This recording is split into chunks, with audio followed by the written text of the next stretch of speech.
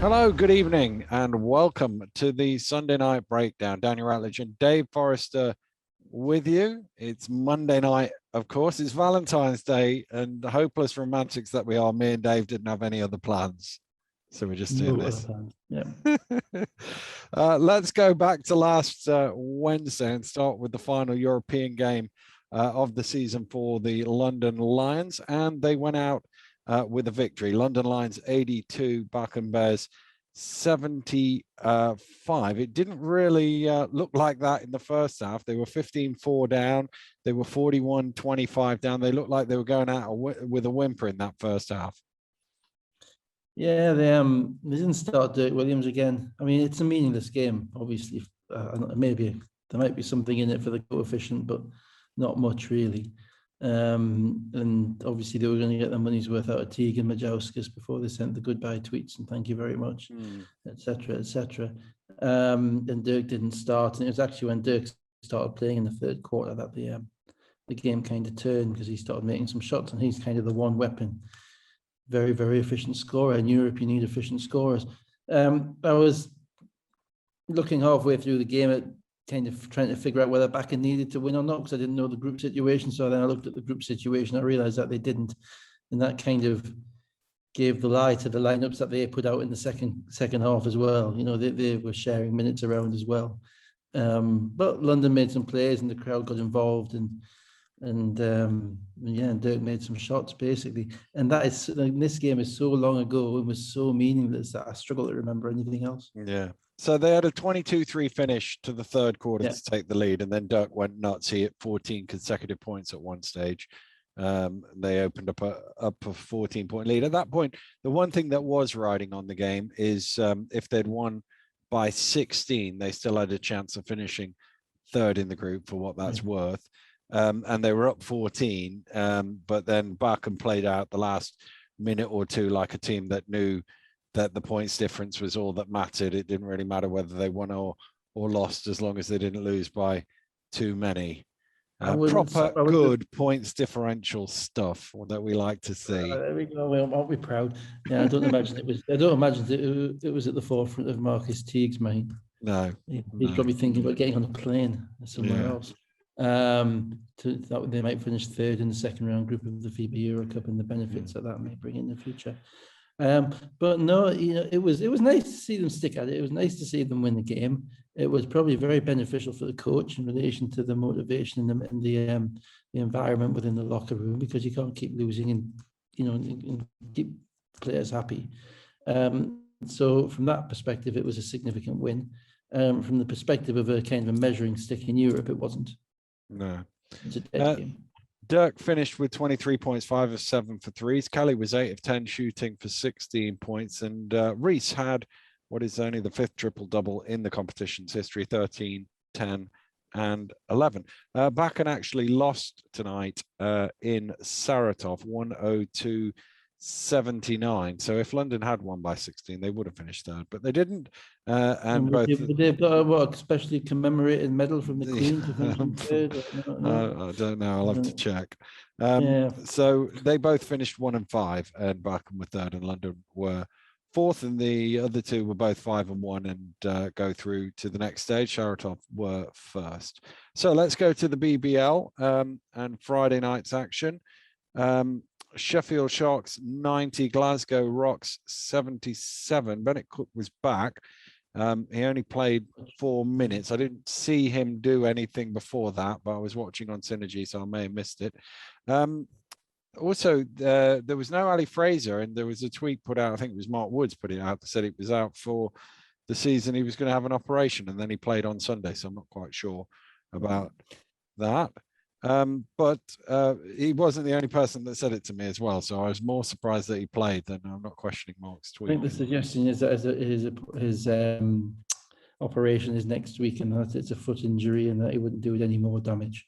Okay. So whatever reason, they rolled him out on Sunday. Probably, but not Friday. But not Friday. See, the bus might, you don't want to bang your foot on the door as you get off the bus, do you? Who knows? We've a lot of games to get through. I almost feel like we shouldn't bother dwelling on the first 30 minutes of this one because there's not a lot between them. And again, I was watching on Synergy, so I didn't see anything happen to Jordan Johnson, but he didn't play in the second half. Yeah, what happened was it was the end of the first half, and it was one of the Sharks guys in the fast break. I can't remember which one. Might have been Delpesh. And Johnson ran across him and almost tried to get out of his way. But the Sharks player with the basketball who was finishing at the rim has kind of kneed him to caught him with an incidental knee to what looked like kind of the thigh or the side of the knee. And it was a foul on Johnson because Johnson wasn't in legal guarding position, but Johnson kind of went down as a result. And when you watch it back, it looks like one of the most painful dead legs in history, but it could be something else as well. Yeah. You know, so that was really an absolute blow for Glasgow. Jack Dommie had started, and Jack Dommie played very well actually in this game. He was kind of the main guy. Hillsman is undergoing the February shivers in Glasgow, I think. He looks like he's in need of a pick me up or a hot toddy or something, you know, just because his mentally looks like he's really struggling. But Jack Dommie stepped up, and you're right, and the game was quite close. Sheffield have got all these guards who are scorers now. They've gone from a team without much scoring to a team with multiple scorers, and they don't need the fives as much. That's why Coke's not playing, because they've got Coke, they have Delpesh, and they have Tuck, and their best lineups are with either Nichols or Retino at the 4. So that means you're only playing one of those three guys, Coke, Delpesh, or Tuck, basically.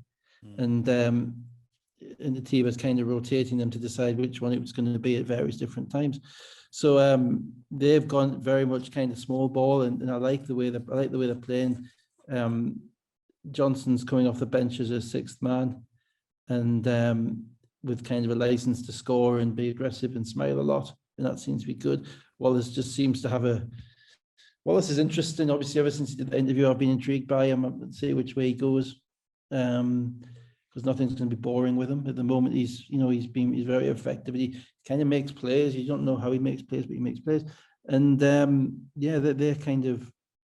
the third win this season. It's kind of the third lineup, but they're on the third win. And they're riding it at the moment.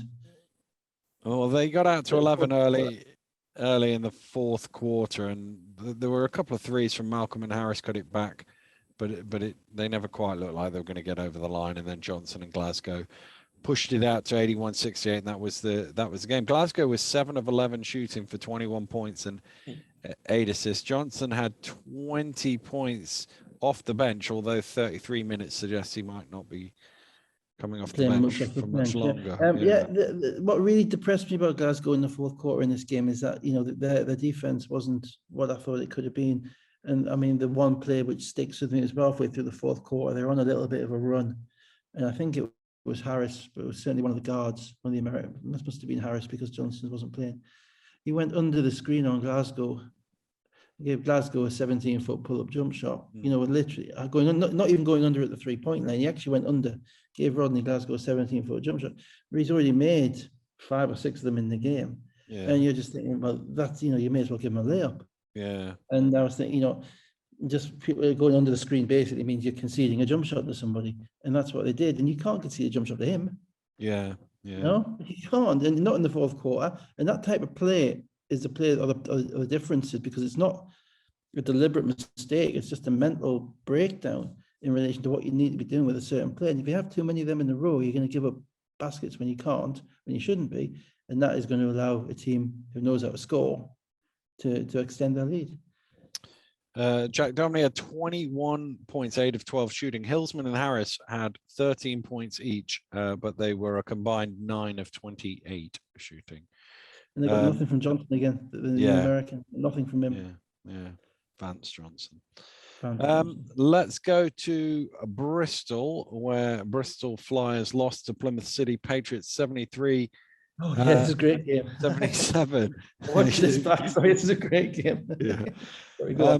There wasn't a great deal in this early on. Jacob started off really hot for the Flyers, making shots. Kofi came in and made some plays, and first half, Patriots probably had more of the lead, but it was a tied ball game at halftime. Yeah, I thought it was two teams being who they are. And I remember because it was the fourth of the 4 Friday night games I watched.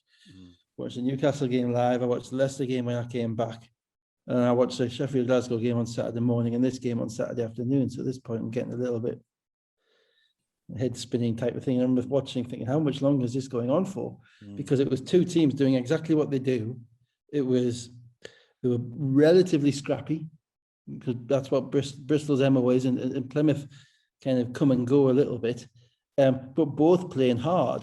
You know, and obviously they've got that little kind of Southwest Derby thing, albeit it's still about 2.5 hours from one to the other. So, you know, I never quite got that, but nevertheless, you get to Bristol, you think you're at Plymouth. No, you're not. You are not. Get to Exeter, you think you're at Plymouth. No, you're still a ways to go. Anyway, hello, Ro. And it's the same for Plymouth because obviously they've got to come back as well. So, but no, so they had that going on, and yeah, it was a really, I thought, competitive game. And you're right, there was not much between the various teams. Bristol's defense is still pretty good. You don't see many breakdowns from Bristol's defense. You know, they're where they're meant to be most of the time. Their offense is a work in progress. And I remember thinking halfway through the second quarter that, you know, when Thomas Edwards and Rodgers don't make shots, they are going to have difficulty scoring enough to win. Because those guys are playing quite significant minutes. And obviously they have been making shots, and they've been the points that have kind of been putting them over the top. Because Del Pesh cleans up on the board, you get a little bit out of Simmons, but then you're relying on Evans and Jacob primarily because Miller, they're still playing down in American. And they need those points from kind of the 3 and 4 spot. And they didn't get them in this game. The shots were kind of rolling out. But despite that, they ground themselves all the way into the fourth quarter and then won the game and then lost it again. Then lost it, yeah. So the fourth quarter, they had 12 unanswered points and they lead 71-63.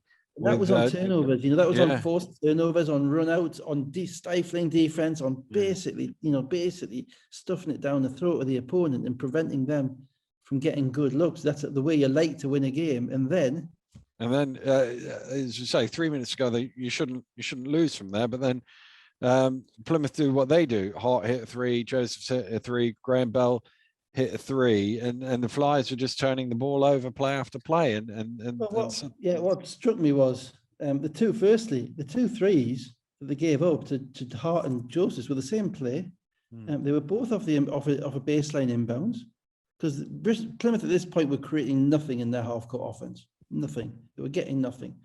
But a couple of times the ball was out of bounds on the baseline. The first time, Hart curls to the strong side corner, which is where the side that the ball's on. You know, and defenders, if you're the defender, curls past the screen, and if you're the defender, you've got to stay attached to Hart's body. You can't separate. You can't allow any separation. You know, and even if you're the guy who's guarding the screener, you've kind of got to shade out towards Hart as well to give a bit of help. If you just get the catch to help your guy out and say, okay, throw it to the big guy inside if you want to, and then we'll go from there. And they did neither. And Joe came off the screen and knocked down a big shot because at that point, Plymouth couldn't make a shot. A minute later, and I think PJ, right at the end of this game, no, it was the end of the other game, forget that, sorry. A minute later, same play, Kofi, exactly the same curl to exactly the same spot and exactly the same failure on the defense, open 3, bang, 8-point game is a 2-point game. And then it was kind of, everybody missed a bit. And then Raul Graham made a massive shot at the top of the key, didn't he? He did. And then Joe Hart put them in the lead, 71-72. And then out of a timeout, 46. Yes, that was the next one. Out of the timeout, 44 seconds to go. Shane Walker inbounding the ball. And throws it in the general vicinity of Simmons, and they turned it over again. And then I think what Walker did was he's going back now because he's turned the ball over, and then he thinks, I've got to try and make amends. So he runs forward to try and pressure the ball. So nobody's at home, and they just I think it went to Kofi and then Joe Hart, and he had an open layup. Yeah. And they've got history with this, Bristol, because if you remember the Leicester game that they won, that they nearly lost, that they tried to lose when they were up by 8 with 51 seconds to go. Yeah. The inbounds plays are at the same side of the court. off a timeout, couldn't get the ball in bounds. And if you freeze that, they need to do something about that play, because I watched it back and the ball is almost up by the halfway line.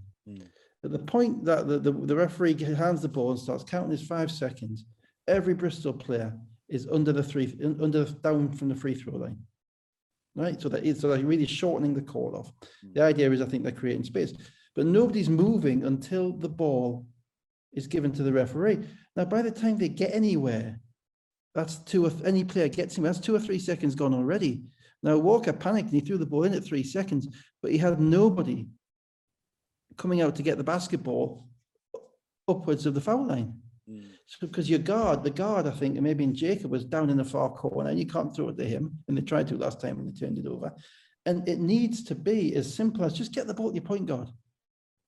Find a way, just line them up, whatever, stack them, whatever, get your point guard. Because the other thing is, Plymouth are up 1, so they're not going to be overly gambling to steal the ball because they've got the lead. Threw the ball away. I mean, they threw the ball away. They did not. It wasn't a pressurized play where, as you say. I mean, Simmons could still have caught the ball, but if you're telling me that play is for Walker to throw the ball into Simmons with his back to the basket, and nobody and everybody else surrounding him, you got no space. You need the ball in your hands of your guards, and they didn't do it, and they didn't do it last time either. So this game is a game that, if you break it down, they played better than Plymouth, and they lost as a result of not being able to defend the inbounds and not being able to get the ball inbounds. And that's the two. That's a sickening loss, because everything else, they really weren't shooting the ball well, but they ground that game out, and that was their game.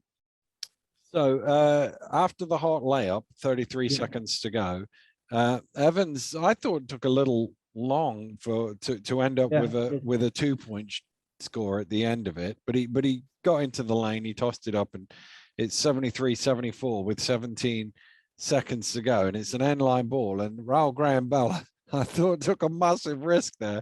He threw it off the backside of one of the defenders, but it did bounce back to him. And then they didn't foul, and they allowed the clock to run, and then they got into that thing where they're chasing the ball around, because you don't foul immediately, you're chasing the ball around, and there's one where it might be just, and the referees are happy if it's not really a foul to let it go, and they ended up losing 11 seconds, and that matters because it always matters because you've got the amount of time, but they also had 2 more fouls to send them to the line. So you can't lose 11 seconds on one foul when you've got 2 more to go.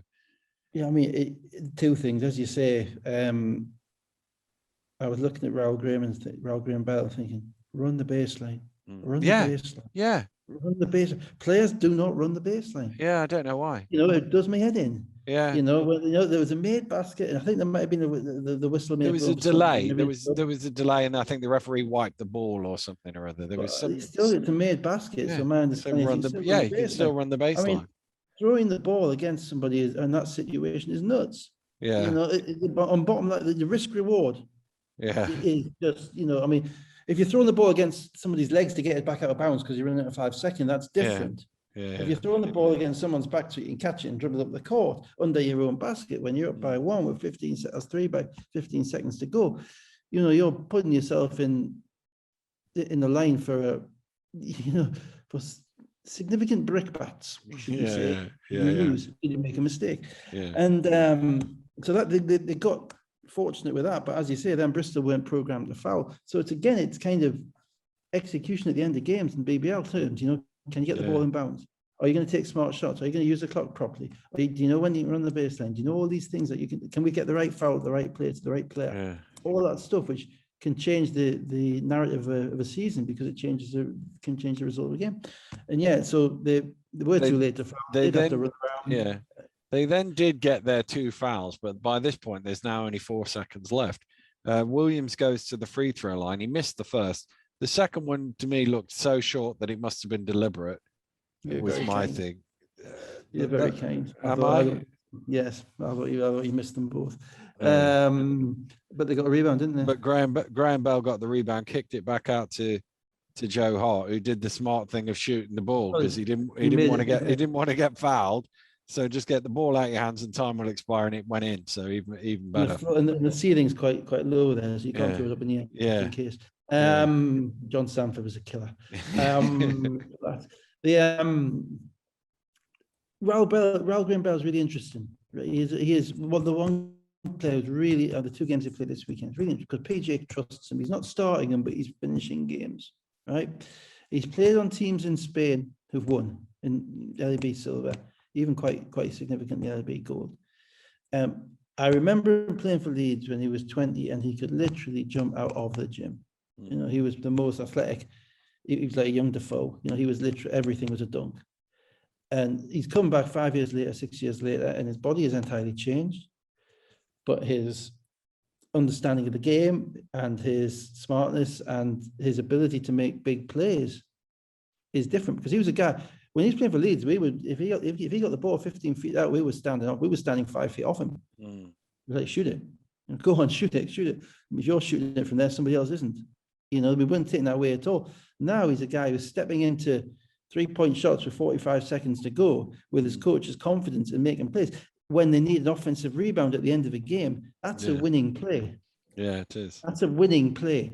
You know, and not, you know, plenty of guys make plays at certain parts of the game, but only certain players make winning plays. And that is a winning play to body out whoever was the Bristol guy and get an offensive rebound from 2 missed foul shots.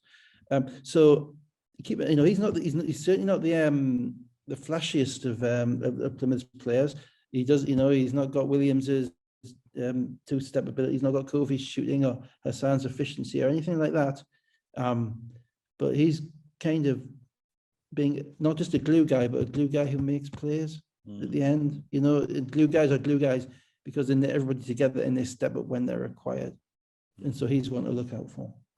He gets my a seal of approval for this one. There we go. We need a jingle. Or the seal of approval like that. Evans with 22 and 6, although off 24 shots. Jacob 20 and 9. Joe Hart shot the ball really well. 5 of 8 threes, 7 of 10 overall for 20 points. Williams had 15 points. How many shots did Evans and Jacob combine for?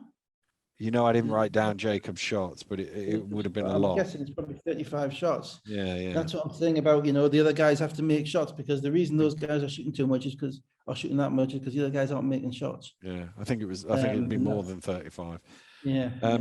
So let's go to the game you were at. Newcastle Eagles 114, Surrey Scorchers 72. The return of Justin Gordon for Newcastle. The remains. Flash, yeah, indeed. The remains of the Surrey team. What's left of them that's not in A&E. You said I could only watch, or I was allowed to only watch a half of this game because I couldn't bring myself to watch the whole thing. So I did watch. You said 15 minutes. I watched the whole half, so I did extras there. I mean, it was pretty comfortable for the Eagles. Surrey made a few shots early on just to hang in there for a bit, but if you give up 27 points in the first quarter and that's not even your worst quarter, you're going to be in trouble. Yeah, I mean, I can't put that, you know, I can't say anything about Surrey on this because really, you know, they got 5 players out or 4 players out. They lost by 40 and you think, oh, well, they must be bad. But no, I mean, they're doing the best. They played hard and they were competitive. And, you know, I go back to when Newcastle had COVID in October and they played Manchester at home and there were 4 players out against the Manchester's full team and Newcastle lost by 40. You know, so what I always suggest fans do in those situations is, hang on, just imagine that the Eagles have got 4 guys out and Surrey's got a full team. You know, and think of how it would work then, because it would be totally different. You know, so I got absolutely nothing detrimental to say about Surrey. I thought they played as hard as they reasonably could. Their defense wasn't very good, but they didn't have that many bodies, and they've got a couple of young lads who really haven't played at that level. And also they weren't helped by the fact that Newcastle actually made a ton of shots. They made more shots than they've done. And the only real takeaway from the game is that Gordon is a difference maker in his presence, not necessarily in his game, but in his presence and just his joie de vivre, his bounciness, whatever you want to call it. His perimeter defense, he just added that level of kind of physicality which Newcastle's defence has been missing all season. Now, I don't think it's enough to get them by because there's still holes in various different areas. But it was a step forward. And the other thing his introduction does is it kind of means Defoe gets to play the 5 in the middle, as opposed to having to share time with Shelton when Shelton was kind of in the middle and Defoe was having to chase people around stretches. And that actually helps Newcastle a lot because Defoe is the one guy in the middle who anchors everything for them and makes them, has a degree of competitiveness which will keep them away from giving up the ridiculous amount of points in the paint that they've been giving up all season. So that's really the takeaway. Everybody scored for Newcastle. They ran the bench in the fourth quarter. Surrey played tough, played hard till the end. They didn't quit. I felt for Creon. I thought he had no shot at that game. And you're missing Robertson, Jameson, Dangakodo, Macklemore. Teo's playing on half a leg. He's not healthy at all. But he's showing up and he's balling out just so he can. So that on top of that, he recruited a team with Andrew Lawrence as a point guard. Now Andrew Lawrence isn't there. And then you get Dangakodo in and he's not there. It's just it's a brutal kind of set of circumstances for them, and it might just be getting to that point where it's a little bit too late for them to turn it around. Although there was a cryptic tweet out which suggests they might be doing something, so we'll have to. I'm sure they are, because they have to. And you've only gotten to the end of February, so if you don't do it now, then you're kind of stuffed. But and they've got an American spot, so Jameson's gone. For the season, so maybe you bring in an American point guard. I think that would probably help them more than anything else. Just if they can get some point, if they can get them, they've had Tony Hicks, Quincy Taylor, those guys in the past. To get a player of that ilk, then I think that helps them a lot in relation to just letting the other guys do what they're good at. Everybody else moves up a position, and Thomas is a capable forward, could even play the 5 in the BBL if he had to. Person with 23 off 11 shots. Peel 18, 8 and 7. 6 Eagles in double figures. Hamrick and Thomas both had 19 for the Scorchers. Dean Wanless with 16. So to the game that I was at on Friday night, Leicester Riders 86, Manchester Giants 69. Not much. This had sort of echoes of the cup final. Echoes? It was an absolute bloody repeat. It was deja vu. I couldn't believe it when I was watching this back. I was like, "This is there we go. I've seen this somewhere before. I've walked the time for all of this stuff." Yeah, me. Sorry, go on. Not much in it. I suppose the one thing in the first quarter is Clark got a couple of early fouls, sending him to the bench, and he's obviously pivotal to what they do. Well, Manchester started off the game quite well again offensively.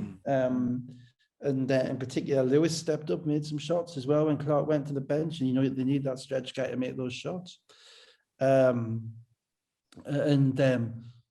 Leicester were kind of on it, but they weren't quite on it, if that makes any sense. They've won a lot, and eventually you get into a rhythm of winning a lot, and you start to conserve a little bit, and you don't necessarily play with the desperation that you had when you were at the beginning of the run. That's why generally runs always come to an end. And then they start again when that happens. But Manchester again, their bench couldn't score. And beginning of the second quarter onwards, I looked at the lineup. You had no Armstrong, you had no Clark. I think Lewis may have been playing at that point, or may have been injured because he only played 7 minutes in the game. And Saunders comes on for the first time at the beginning of the second quarter. I think Wheeler might be in the game as well, and Hudson.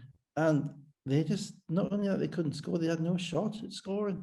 They didn't get any type of look out of their offense. And it just struck me as like, those who, ignore history are doomed to repeat it, And there are certain games against certain teams that you have to keep a toehold in. Leicester's one, London is another. Generally, it's the top teams. You have to be in the game all the time. You have to be battling, scraping, whatever. And that means you have to be able to score, and you have to have your playmakers on the court. And they didn't. And the problem was that Leicester have this kind of defense which just builds and builds and builds. Because Leicester don't foul, they're smart and they don't commit dumb fouls. And because they're disciplined. And this is where they're underestimated. Their ability to pass the ball and their discipline on defense. Their defense individually is all right. They've got some excellent defenders at times, but there's nobody other than Crandall when he's really locked into playing the defense that he does at times. There's nobody who you think, oh, he's a shutdown one-on-one defender. Jackson's pretty good, but they're disciplined. They don't make mistakes, and they understand who they're guarding. And in the BBL, that's 75% of it. And they do that when they've got all those Manchester guys who can't score and who are struggling to score in the court. It's like a momentum builds up. It's a defensive momentum builds up. Yeah. And then they get run out because Manchester got frustrated. When they get frustrated, they don't get back. Transition defense goes, and then suddenly it's a 15-0 run. Yeah. 20. That was the thing I was about to come, because they didn't score for over 7 minutes, Manchester, and Leicester scored 20 points without reply, and it got to the point where it was just like Crandall would grab a rebound and he would throw it over the top of everybody, and it was a layup, but at the other end, when they were getting out, Crandall would chase back and challenge the shot, and they wouldn't score. And the Giants' transition defense, as you say, as the sort of pressure built, it sort of just dissipated, and it became easier for Leicester to score as it became harder for Manchester to score. And as you don't score, it becomes deflating as a team, and that's why, because the transitions defense is about the first 3 steps. So you're not scoring, you're not scoring, you're on the court, you're frustrated. You begin to try and figure out when a shot goes up. If you're not, wow, why didn't you pass it to me? Why didn't I get the ball? Or why are we missing? 3 seconds later, it's too late. You haven't got time. Yeah. You got to be back on the court, otherwise they're going to run on you. And that's what happened. Then on top of that, I thought, Leicester figured Armstrong out. And they did it in a cup final in the second quarter when they started going under the screens. And they did it again in this game. At times they went comically under the screens. And clear about this, I don't think in the last 11 years, I don't think Connor Washington's gotten under a screen on anyone, right? Because Connor Washington's ability to stay with people, to harass them, to get in their face, to do everything that he needs to do to take them out of what they're doing, is BBL legendary, I don't think he's ever done that on anybody. He might have, but I can't remember. He's doing it on Armstrong because he knows that Armstrong's first step is so quick that he's going to challenge him to shoot. And that's what I'm talking about smartness. It's not just Connor going out and doing what he always does. He's doing something different. And Rob's putting him in the game early specifically for that point. And Tyreek Armstrong has to figure it out that, if he's the one with nobody in front of him on the 3-point line, he has to shoot it. And he has to shoot it every time. He doesn't have to worry about running his team because his team's not open because of the way they're guarding him. And he has to make 2 or 3 in a row, not just one in the fourth quarter when they're down by 17. He has to make 2 or 3 in a row when the game's on the line and say, and basically start talking and say, you guys better start guarding me. Otherwise, I'm going to do this all night. And he hasn't got that in his game yet. He has that kind of ability. He wants to get to the rim. He has that team first thing. But if you're a pro and your team and they're guarding you in that way, and you're a guard in this league, an American guard in this league, they go into the screen, you shoot it, and you keep shooting it. And if you keep missing, the coach will take you out and you do something else. But he's being so impacted by that tactic, that ability of Leicester to get into his head, that it allows him to pack the paint, it takes the space away. And in the third and the fourth quarter, I thought Manchester, they didn't quit, but I don't think the coach thought they could win. He was running. No. He ran his third and fourth choice. Clark got very frustrated. It looked like he was trying to foul himself out at one stage. And he did well to avoid a technical foul as well, I think.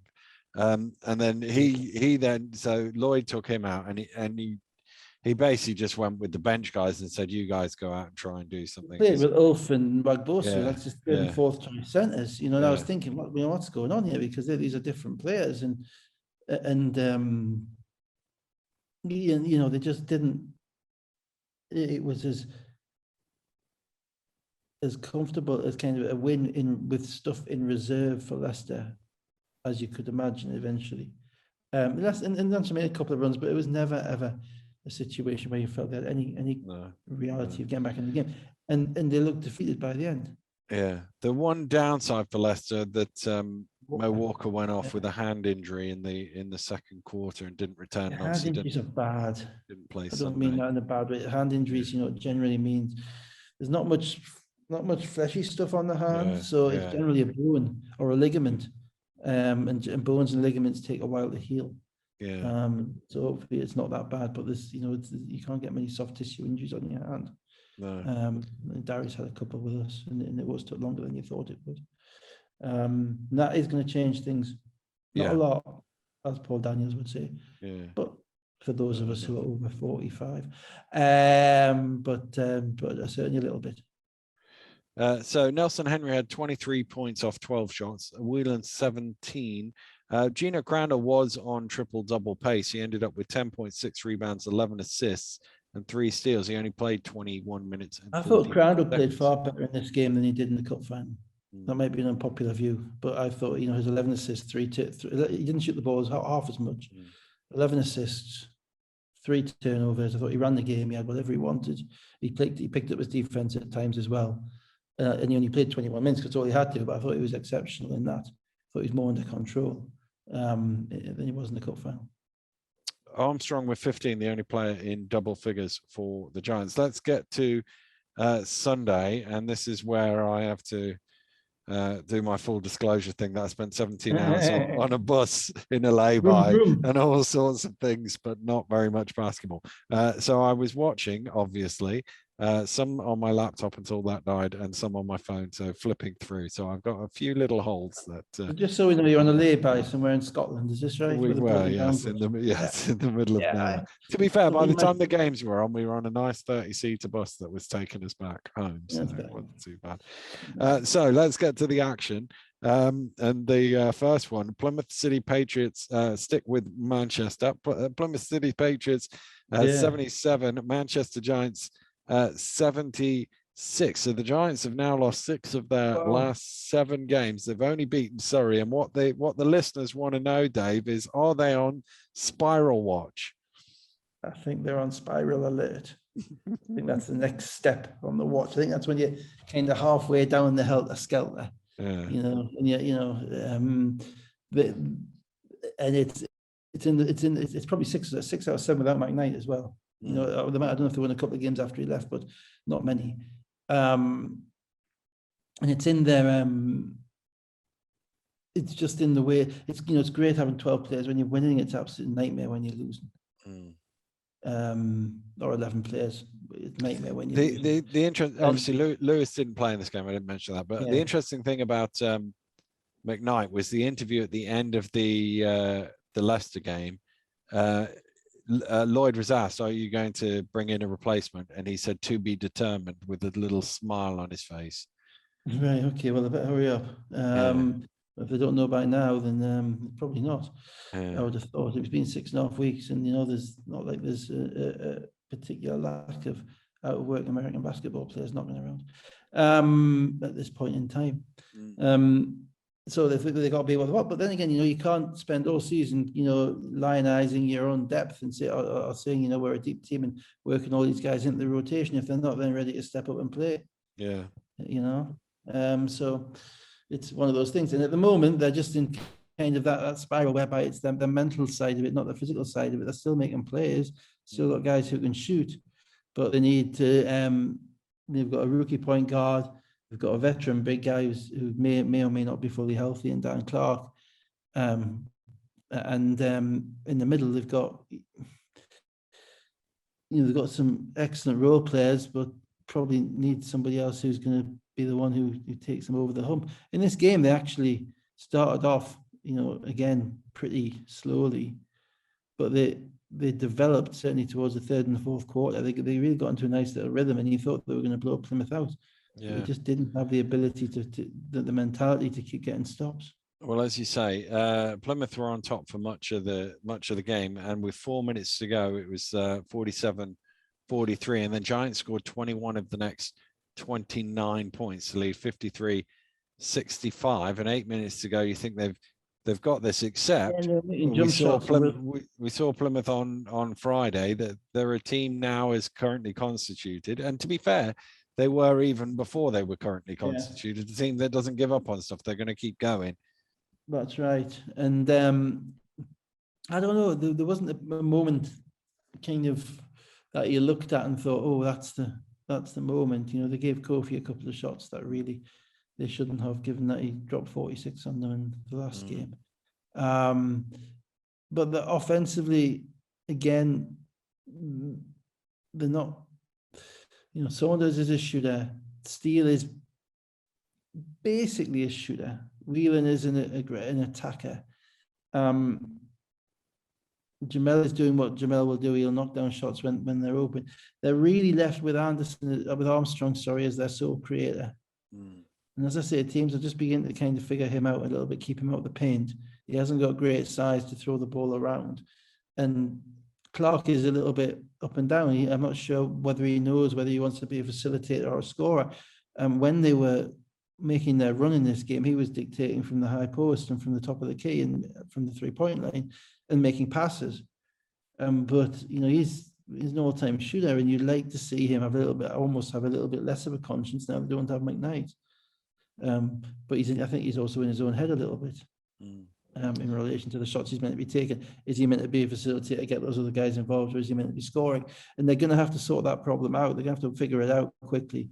Personally, I think he needs to be looking after himself and looking to go for 20 a game. You know, the game that he started off at Sheffield, he came out and he absolutely torched Sheffield in the first quarter. A few weeks ago, he had like 16 points every which way. And you're thinking, this guy's the MVP of the league. It's not close.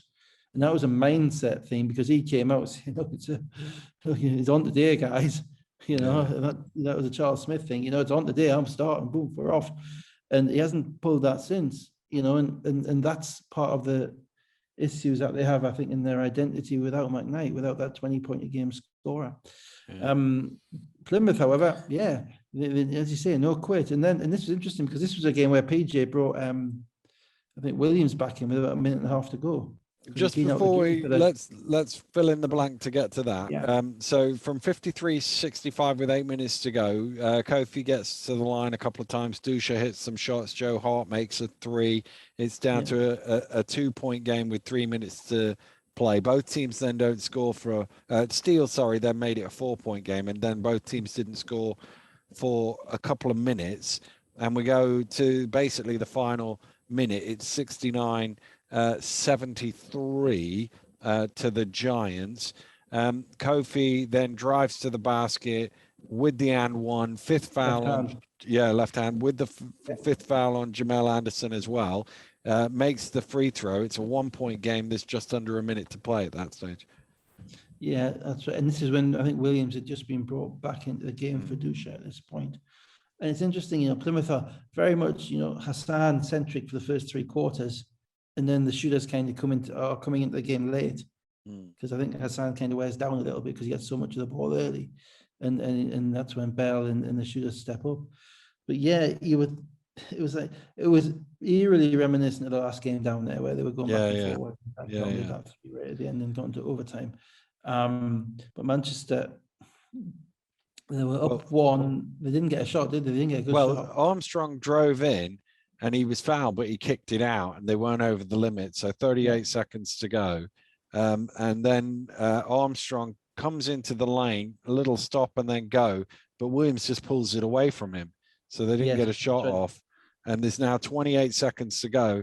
And, we talked about Manchester's transition defense in the Leicester game. It wasn't that great on this break, and it was still a good finish by Graham Bell. He went under the basket and spun it back in off the glass, but to get the ball to him there, it was a little bit simple. Yeah, and the whole crowd is at this point is open. It's a difficult place to play at the pavilions because the crowd's in darkness, and that doesn't happen very often. You know, so you get that kind of theatrical environment. You can't see the faces. It's a bit like a horror movie. You know, you can't see the faces.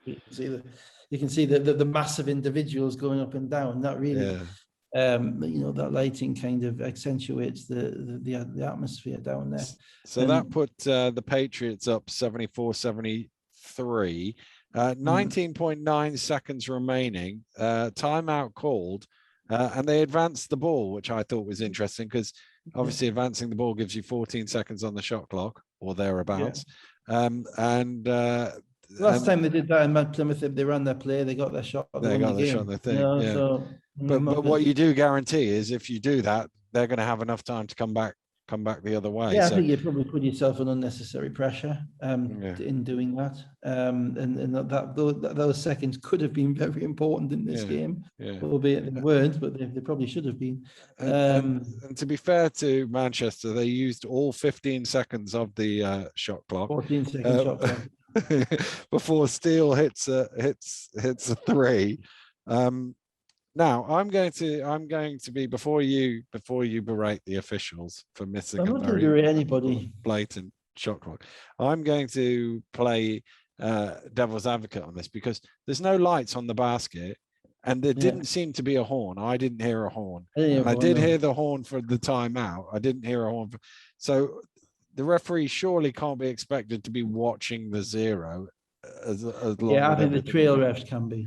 The ref who's at the far side of the court, who was looking on kind of from the centre line, from the halfway line, the far side, because the ref under the basket can't see it, and the ref who's looking at the shot can't see it because he's focused on the action in relation to the shot.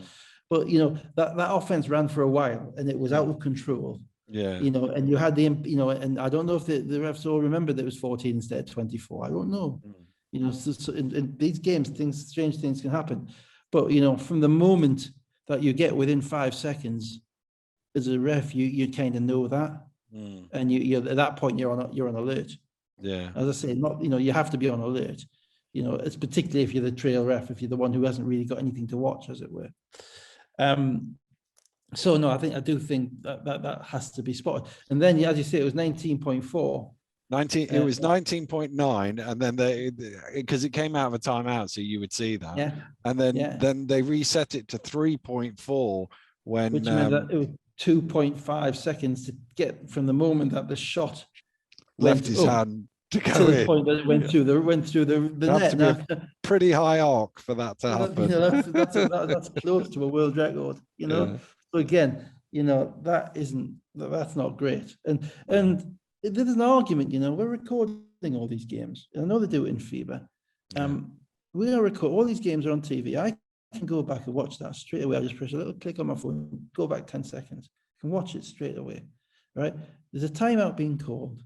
There's an argument that the referee should be able to go and look at that.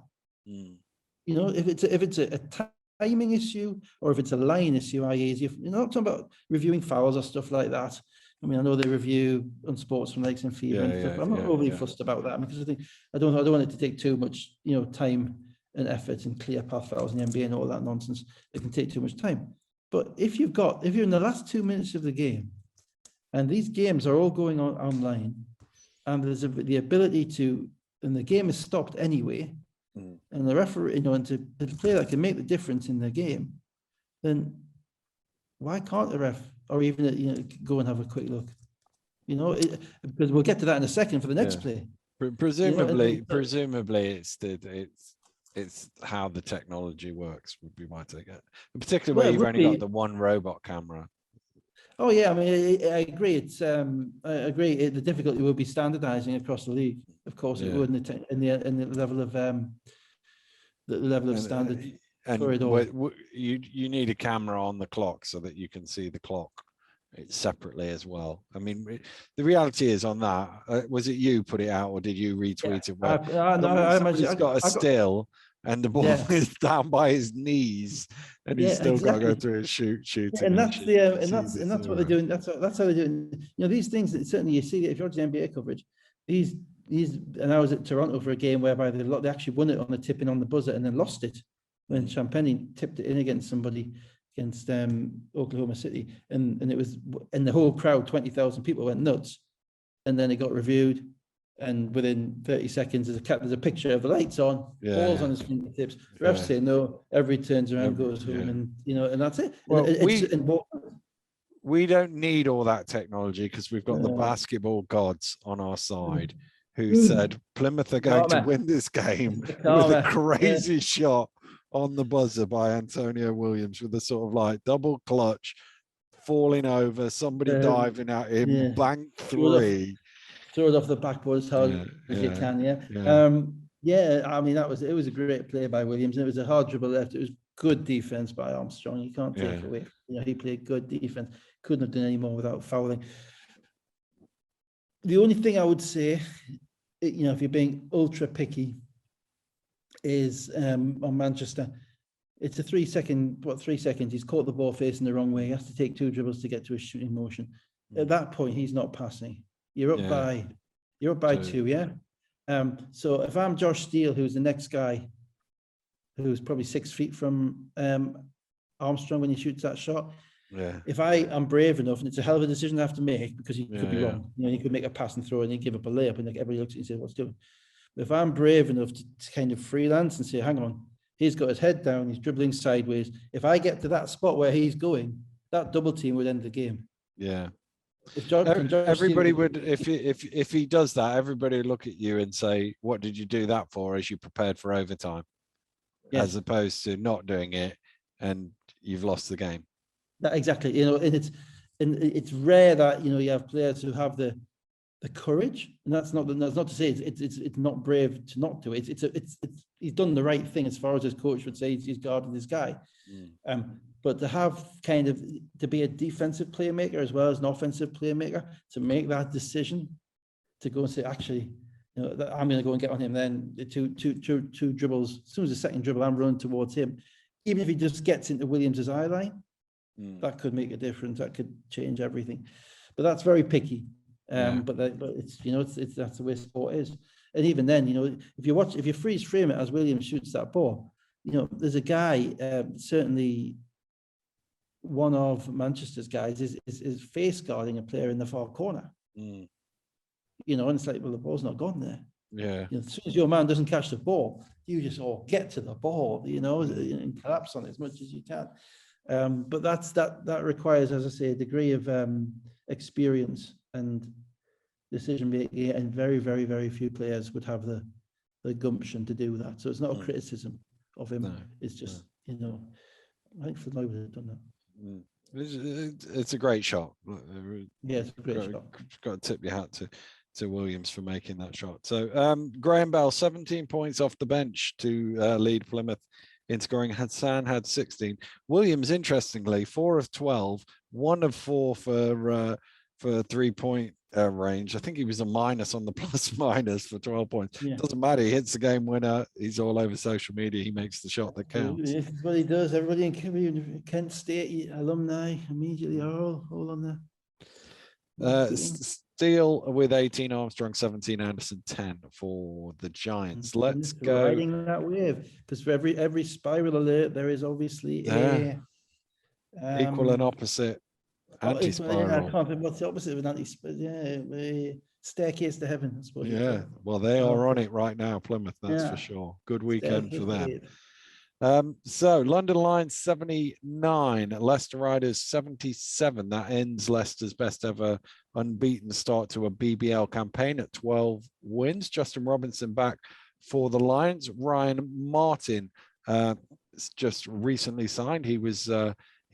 No more Mo Walker. We talked about that injury picked up in the Manchester game. The first thing I did as I was watching this, I think the laptop was still working at this point, was look at the 5 and go, that's an interesting 5.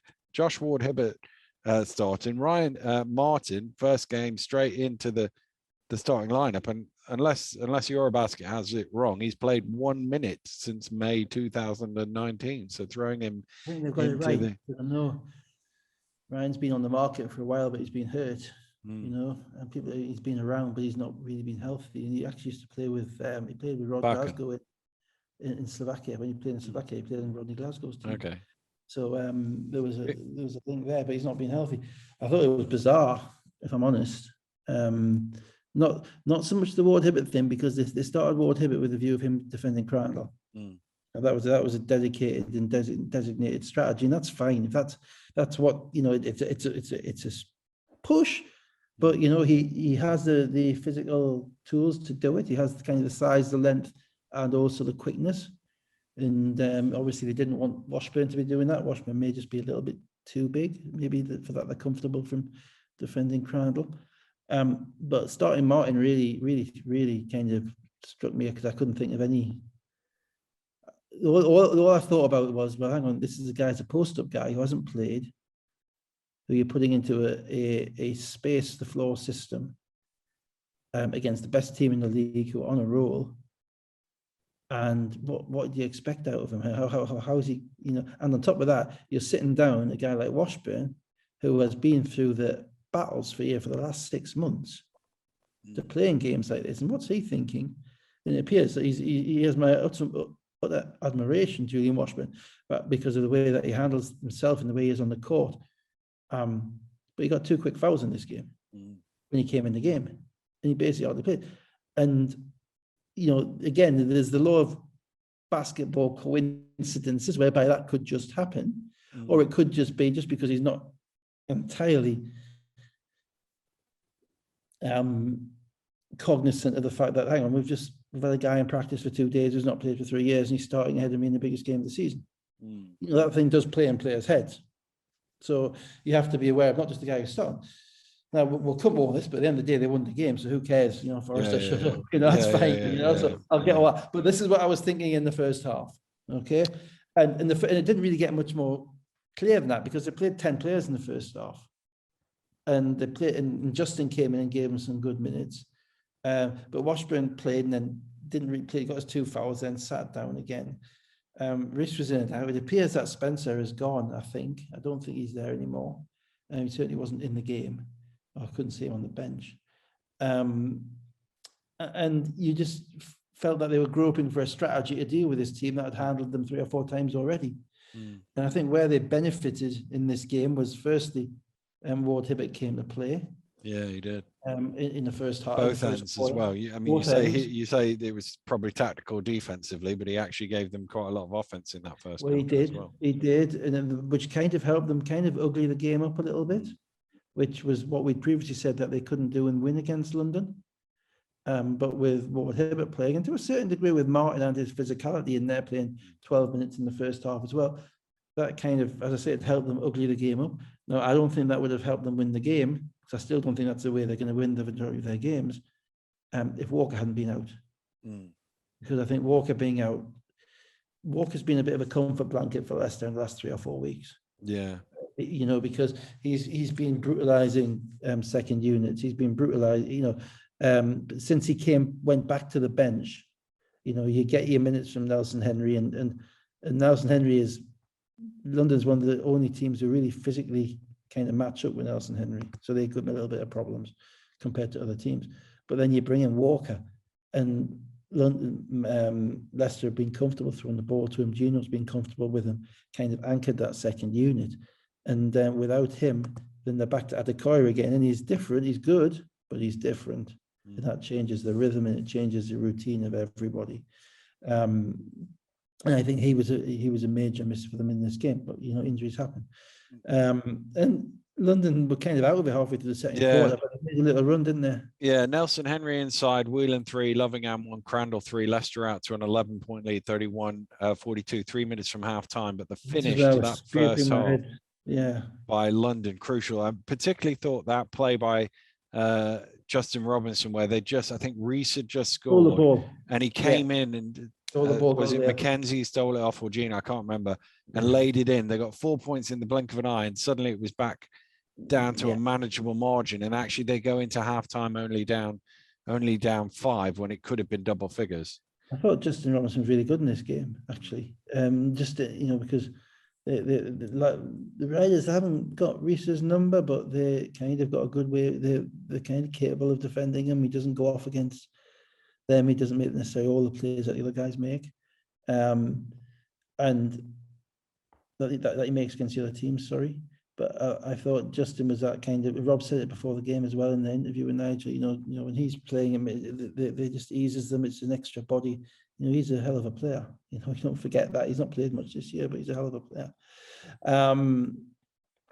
And then it became that kind of grind out game, which London this time were more suited to than Leicester, because London had more bodies than Leicester. Well, Leicester had that play in the was it middle of the third quarter, where Nelson Henry had just picked up his 3rd foul, and I think it was Kelly went to the free throw line. He misses the second free throw, and in the rebound of it, Martin elbows Loving in the face, and he gets a cut, but it's Nelson Henry who gets called for a foul. So Nelson Henry is on 4 fouls, goes out of the game. Loving has to go out of the game and stop the bleeding. So they immediately lose the 4 and 5. And at that point, it's a 2-point game, and London go on a 9-2 run straight after that to lead 65-57 and just got themselves a little bit of a cushion. They did, and I'm trying to go back to the third quarter in that game. I think Dirk made it maybe a little bit later on, made a couple of shots as well. And they developed a little bit of confidence, but it all comes from the defense on Crandall. As I say, you have to defend Leicester, Crandall and Nelson Henry, the combination of them, and then you have to hope. Then you have to scramble out the other guys and be as smart as you can with them, and hope that Jackson and obviously Whelan's shooting the lights out at the minute. And Ward Hibbert defended Crandall well, probably as effectively as you can.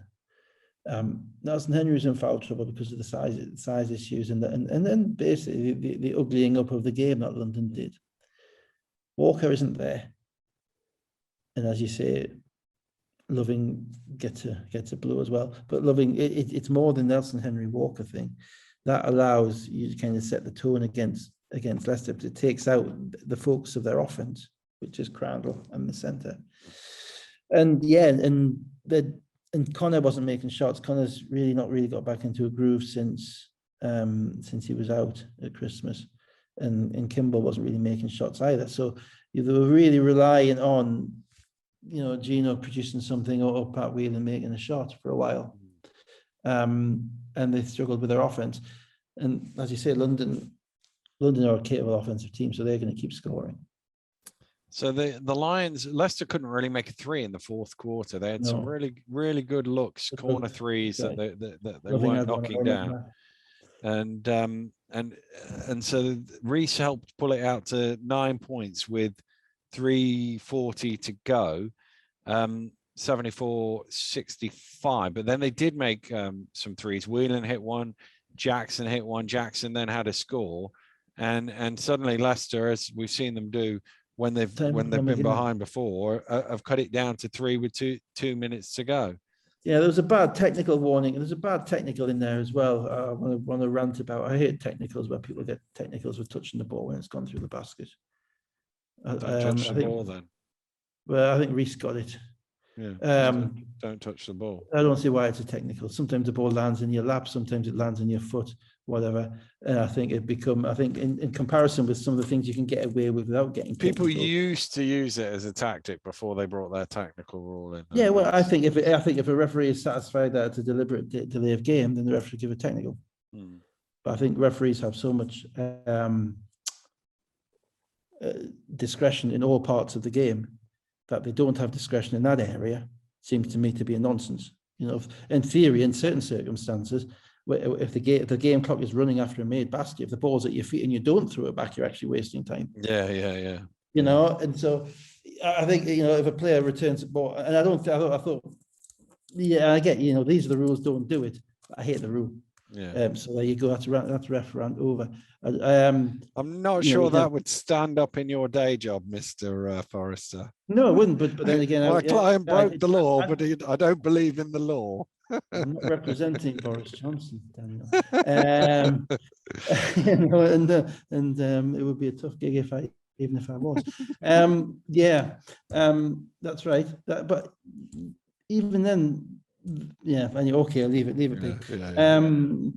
I don't really. I think it penalises stuff that doesn't need to be penalised. Anyway, it's not as bad as it used to be when it was 2 shots, but it's only 1 shot. Yeah. So anyway, they got that. But that even then, that's the thing. That's a mental mistake. As you say, it's a mental mistake. Okay, whether it's a fair technical or whether it's not, it's a mental mistake. So that takes the energy out of the 9-point lead. It becomes an 8-point lead. Then they make some shots at the other end. Eventually, the threes that they give up go in. London dry up a bit, and you're thinking, here we go again. Leicester are never out of a game because they're so systematic. Yeah, both teams then missed a 3. Ward Hibbert drove to the basket, didn't score. Kelly probably should have tipped it in, didn't score. 46 seconds to go. Yes. And as you say, it's a 3-point game. Here's Leicester's chance, but then Whelan with a sloppy turnover and Reece with a big shot, step back three with 17 seconds to go. That was your look at me, your big crowd, big game player. You know, this is my shot, this is my time, and you know, credit to Isaiah Reece for making that shot and having the gumption and the commitment to the shot to make it. You know, I mean, that's just a big time play. I mean, a big time play. I'm sure someone said that before. But even then, you know, it should be done. It should be done then. London can only do something stupid. And I actually watched this back just a little earlier, the last couple of plays of this. In like a minute, second and a half. But it wasn't just the layup; it was a terrible foul because the ball had already gone, and then he goes for the swipe. He couldn't block the shot, Kyler Kelly. So Loving gets an and one. So you just give him the 3 points back within 2 seconds. And you've just come off a timeout, right? Yeah. So you have to think that the message in the timeout, right? If you're up 5 with 14 seconds to go. 6, they're up 6. Up 6, sorry. Up 6. Yeah, 6, that's right. No threes, no fouls. Right? If you know, a 6-point game is a 2-possession game if they get threes. It's a 3-possession game if they don't get a 3. If one of those possessions is a 2. Now, you're not going to win a 3-possession game in 14 seconds, or you're going to have to be pretty. It's going to have to be a monumental screw up to lose, right? But a 2-possession game, that's anything. That's a shot, a turnover, another shot, boom. That can happen in 5 seconds. So no threes, no fouls, and they stuck with the no threes. But Loving was smart. But what Kelly was doing was just beyond me. You know, I mean, he wasn't committed to the block. He went there late. You know, and the message that, and you know, when I talk about, you know, winning players like Raoul Graham-Bell getting that defensive rebound, that foul by Kelly is a losing play. Yeah.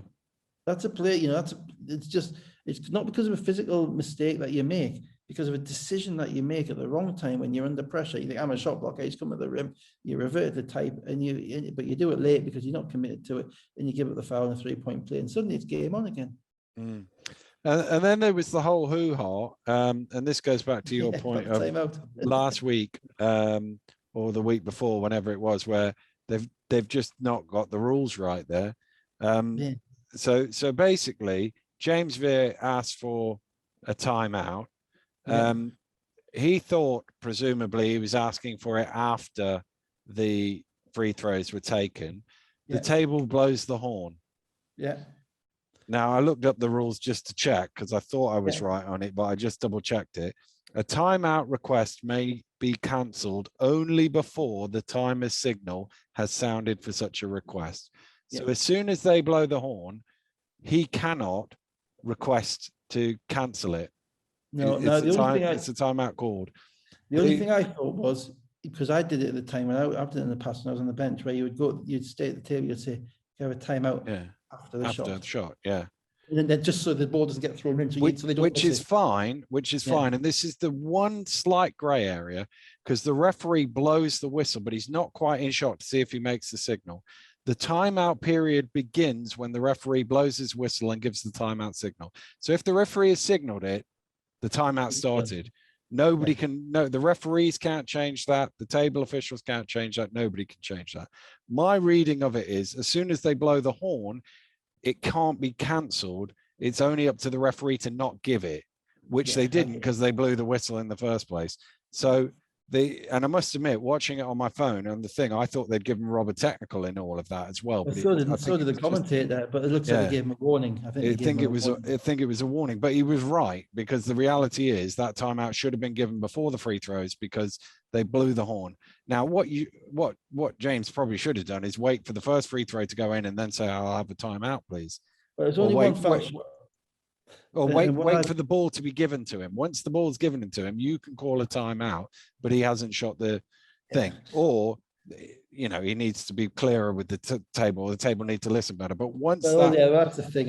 I mean, I know that in the past, but I have kind of, because you don't want the situation where your player takes it out, throws it in quickly, and you're still sitting and they don't see it. So you kind of wonder, you sidle up to the table, be very friendly to them and say, look, if he makes this one, I've got a timeout. You know? And of course, if they don't hear that properly, they don't say that properly, you're not actually asking for a timeout at that point. But you're saying that as soon as he makes it, you're going to go like that. And then look to you. So they're going to call and they're not going to miss it. But so, yeah, I mean, that was and the key to it makes a bit of aggro, wasn't it? Yeah, it's good. The key to that is because obviously if he gets the timeout before the free throw, he doesn't get to advance the ball. Whereas if he gets it after the free throw, which is what they gave it to him, he gets to advance the ball. And it's worse because he doesn't get to advance the ball. And on top of that, the timeout is made. The timeout is called, and Leicester get to go in and say, right, we're going to trap after this. You get to put the press on, and you get to talk about it. You know, so it's little things to take games aside. You know. So so they eventually did give him the timeout after the free throw. They advanced the ball, inbounded to Reese, and Gino's on him, and he's got to commit the foul, and that's his fifth foul. So he's out of the game. Leicester needed one more foul to send them to the free throw line. So with 9.3 seconds to go, Reese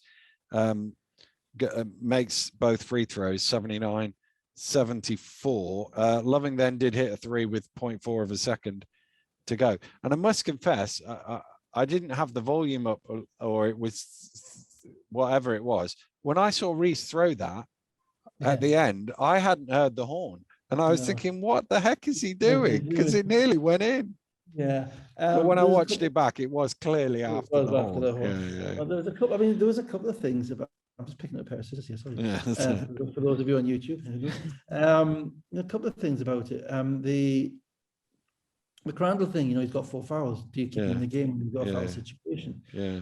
And say, well, you don't. He's also probably the quickest hands. He might be the most likely to get a steal, but he's going towards Reese, and Reese is going to get the ball, so he's likely to be the one who's going to be fouling because they're going to throw the ball at Reese. So you know, I kind of that's where advancing the ball changes the way that you can defend, doesn't it? I kind of like the idea of keeping Crandall out for at least the first foul before the second one. You know, subbing him out and subbing him back in. But Leicester did go small. I mean, I was amazed at that time. 9 seconds to go, they're in a foul shot situation. London have got all the big guys in the game. They've got Kelly in the game, Washburn in the game, and I'm thinking, where's Justin Robinson? You know, where's your second ball handler? All that type of stuff. It didn't matter because they got the ball in the Reese. Leicester got the ball out of bounds into the basket with 2.5 seconds to go. It called a timeout, and they're up by 5. London and 4, sorry. And London then went to a zone, and I was like, yeah, that's interesting because you're up by 4 and 5. They were up 5. 79-74, and then Loving hit the 3. You're up by 5. But they went to a zone. It was 2.5 seconds. I suppose the logic is we'll let them have a 3 because by the time it goes in, the game will be over. Maybe you don't want to give anything at the rim and do that. But you know, I was like, you know, I probably want to stand next to a shooter at that point just in case. And then the thing at the end would be Reese throwing the ball at the whole basket. I mean, 0.4 of a second, you're not going to lose at that point because.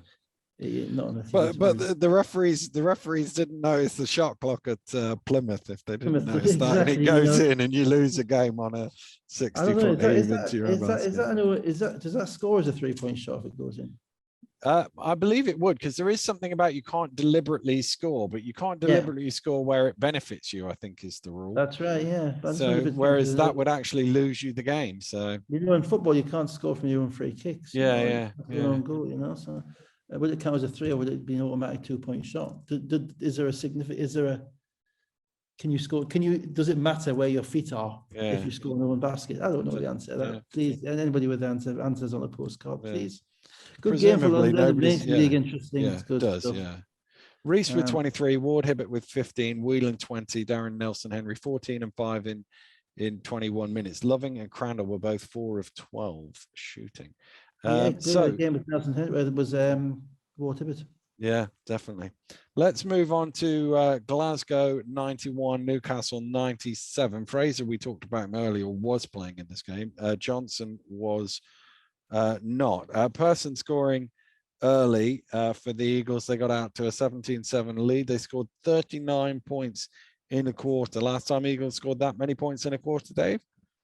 Ooh, good question. Good question, Daniel. Maybe Durham? No.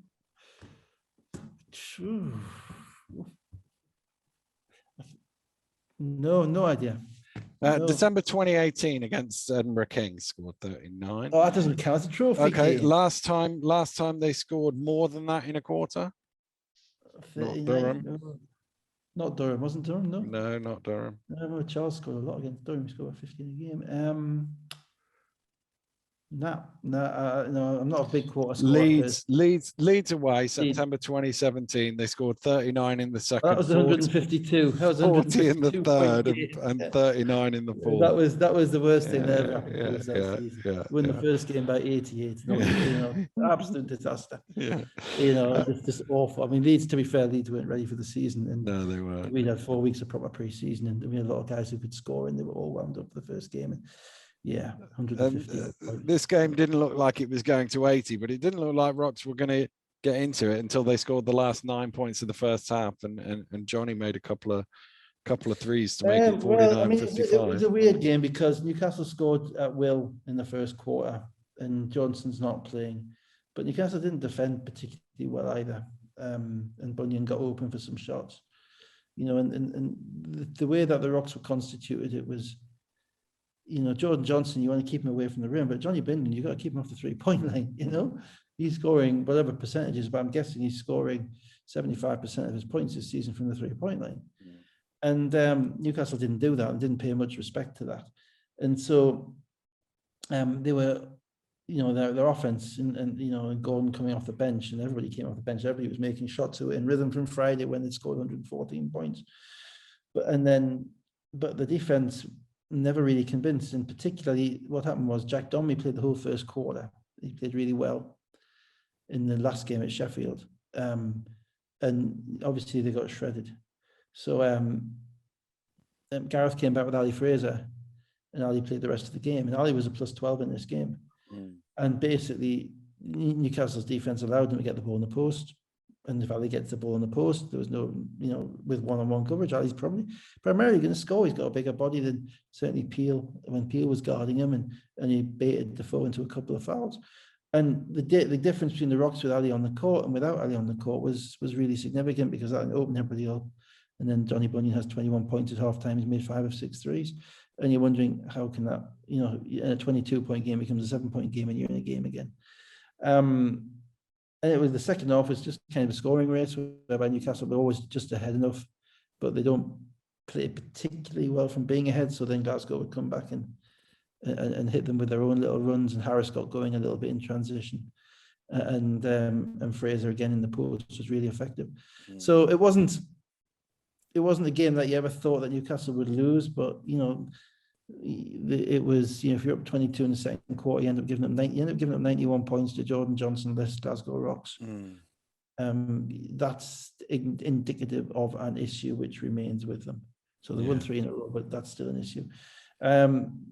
Sorry, I'm going through this quite quick because there's nothing much. No, there was. I was going to say, basically, they got it. I said they'd got it to 49-55 at halftime. The Eagles, with the 7-0 run, went out to 56-73, and then they trimmed it in the last minute or so. It wasn't a 6-point game. No, I mean, the twist was, the biggest stat of this game, again, it's a plus-minus, and again, I'm in an absolute, I'm a broken record on this, but for Newcastle won by 6, but there's only 2 of their players actually had a plus-minus of better than 6. One of them was Fletcher, who played like 38.5 minutes and was +8 or something, so it doesn't really matter because he's played the whole game.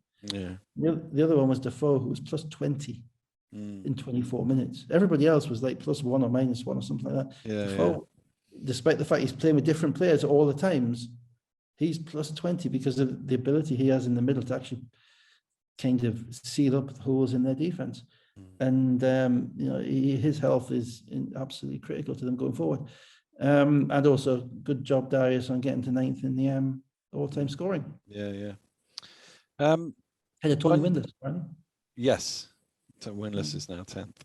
Winless scored a lot of points. He did score a lot of points. He didn't play quite as long as no. Johnny Bunyan with 25 points, his second best total in the BBL. 5 of 9 for 3, 10 of 15 shooting, played 40 minutes. Harris was 10 of 18 shooting for 21 points. Fraser had 18. Hillsman only had 4 shots in 31 minutes. John Bunyan was on the commentary with Mark Woods, and both, it was quite an entertaining commentary. So welcome back commentary to the Rocks. Thank you. Sorry, we should have flagged that up. Yeah, absolutely. And I can listen to John talk about basketball because he have it all day, because he just kind of exudes wisdom about it, and particularly when he's talking about the other John as well. You'd never know, he's just a good player there, whatever.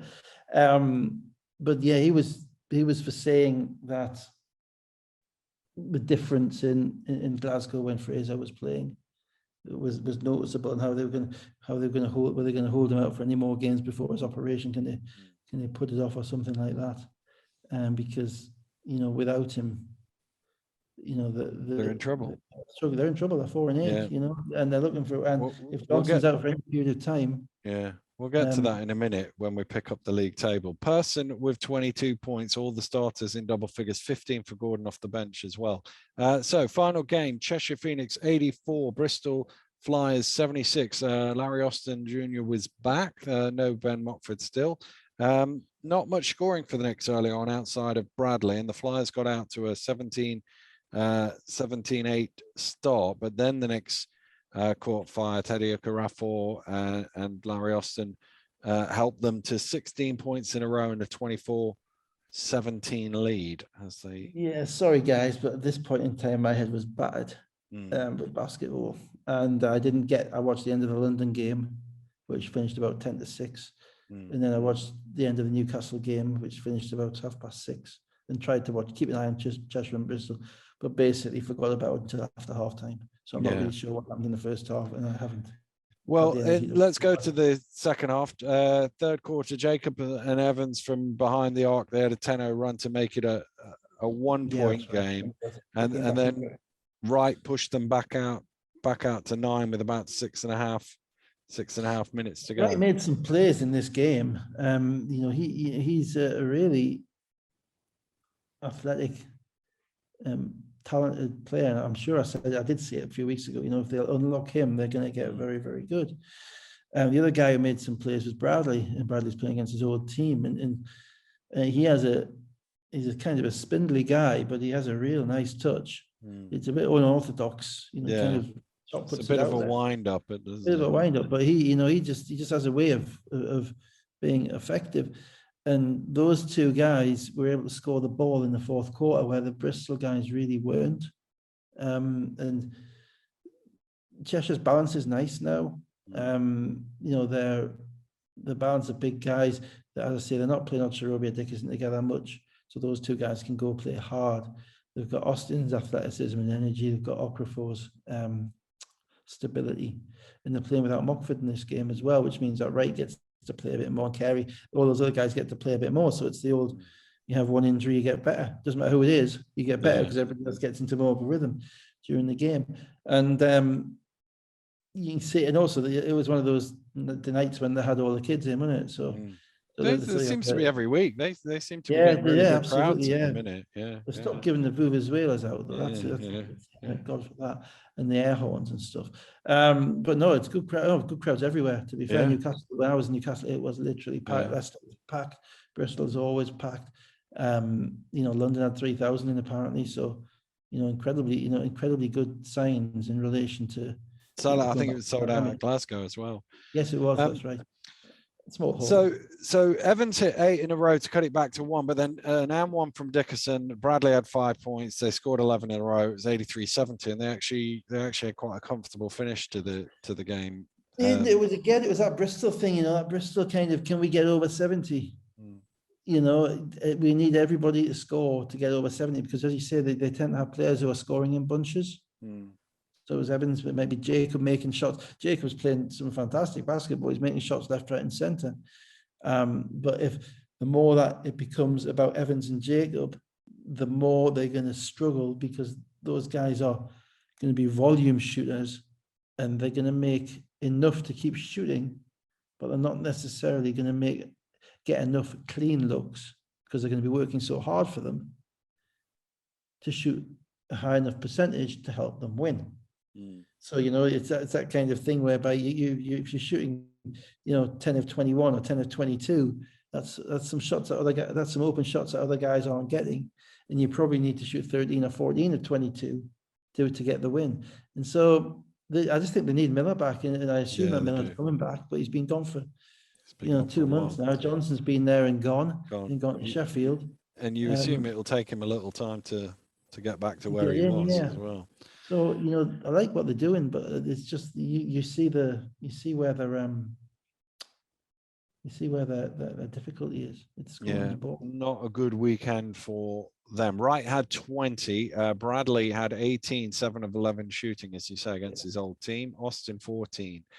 Jacob 7 of 12 from 3-point range for 21 points. 22 and 9 for Evans. 52-34 points in the paint in favour of Cheshire. Tough. Well, it's also interesting, isn't it, that Jacob's got 21 points on 7 threes. Yeah. So he's not attacking the rim. So that's fine. He's 7 to 12, right? Why should you? Okay, take 21 points on 12 shots any time of the day.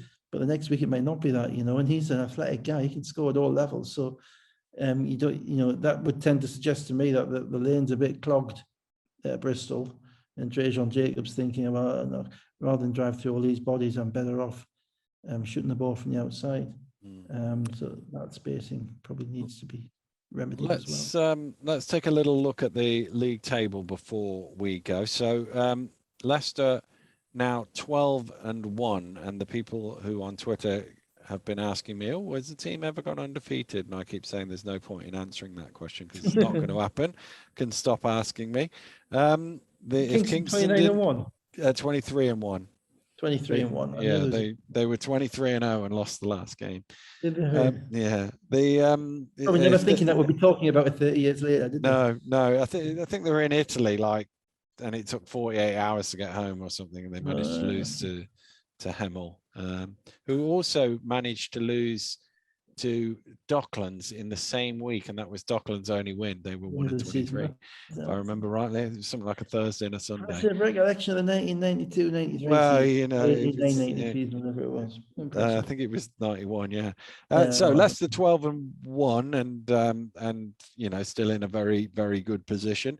London, the next by losses at 6-3. That was a must-win game for London because it would have given Leicester the head-to-head, and it would have been a 5-game lead, and it was almost impossible. Whereas now it's they've still got to win.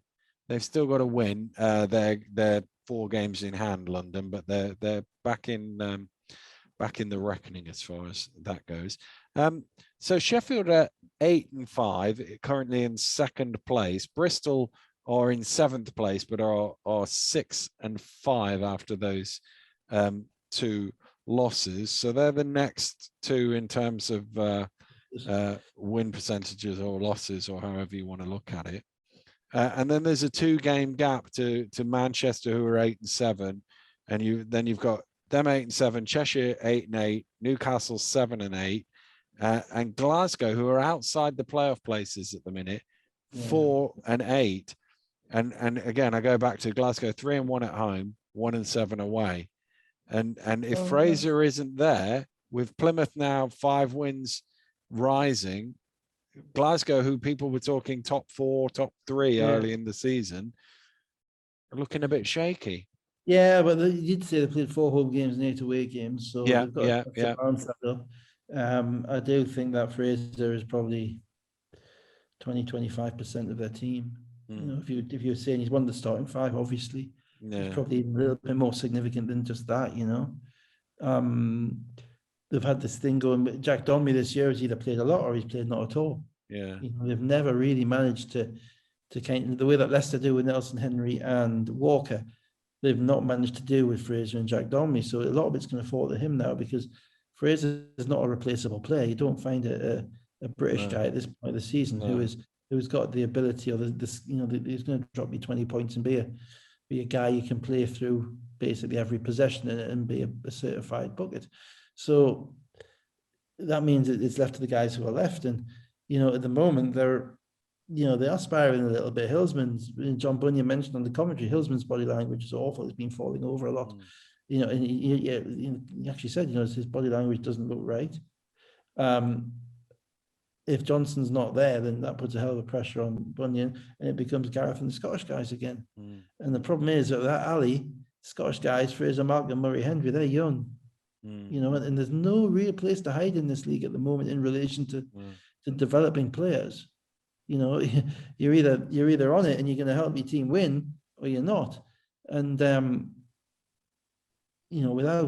if Jack Donmy can't give them something, if Johnson, the American, can't give them something to kind of fill the gap that Fraser leaves, they are in difficulties. I still think they'll win those games at home, but all those teams in the middle of the pack, it's interesting. There doesn't seem to be that much between them when you look at records, but you've got some teams trending, Cheshire trending in the right direction. Sheffield seem to have trended both ways in quick succession, don't they? It's Newcastle seem to be winning games, although, as you say, there's still a few things to sort out defensively, perhaps. Well, Newcastle, I think the next game is against Plymouth, which should be a very interesting game. Sorry, Glasgow and then Plymouth. So they got two interesting games, and they could potentially get back to over 500 that way. They've got room to grow because they've got a lot of offensive talent, but if they don't commit to defense, not going to win anything. Cheshire, I like Cheshire. I like what they are. Their issue will be, I think, winning games on the road because they've had a lot of home games recently. And can they go on the road and win games? I think they potentially can if they stay together. Sheffield, I don't know. Sheffield against Leicester is going to be really interesting. I think they play on Friday. Because that's a really fascinating game because, at their lowest ebb, Leicester went there and beat them by 40. And Sheffield one assumes remember that, and that's when they've got the new guys are in. They seem to be enjoying themselves. It's Glasgow's team, it's not Anderson's team. They're playing smaller, which has actually helped them against Leicester because it'll help them stretch the floor a little bit. And in theory, they've got the big bodies who can go up against Nelson Henry. Whether they've got anyone in guard Crandall, I'm not sure, and whether Leicester will be absolutely on it after losing that game. That's why it's a really intriguing game. Sheffield got a very bad record against Leicester. They haven't won many games at all in the last 8 or 9 years against them. Particularly at the I don't know if they've ever won at the Morningside. And I'm not sure what will happen in that game. I'd quite like to watch it, but I'll be watching another one instead. So they're interesting. I mean, I'm still not willing to kind of sanctify Sheffield yet. I don't think they're quite, that's probably not the right word, I'm not the Pope. Sorry. Not willing to crown them yet as being kind of the next great thing. I think they've had too many historical kind of ups and downs and dips to do that. I suppose that's why it's interesting, because you've got two teams that are going to finish first and second, we think, unless something weird happens. But between 3 and 8 and 3 and 9, there's not a lot. No, not a lot. And particularly with Manchester dropping and with Plymouth rising, it makes things fascinating. Well, I mean, if you're fascinated, Manchester are only got 2 losses fewer than Plymouth, which if you said that a month ago would have sounded bonkers, wouldn't it? Bonkers, yeah. And we're getting to that point whereby teams either come together or they fall apart. And the league is so remorseless this year that there are no games, even with Surrey, if they get a couple of guys in, and have to play at the sports park, there are no games you can just wander into and win. They're just not.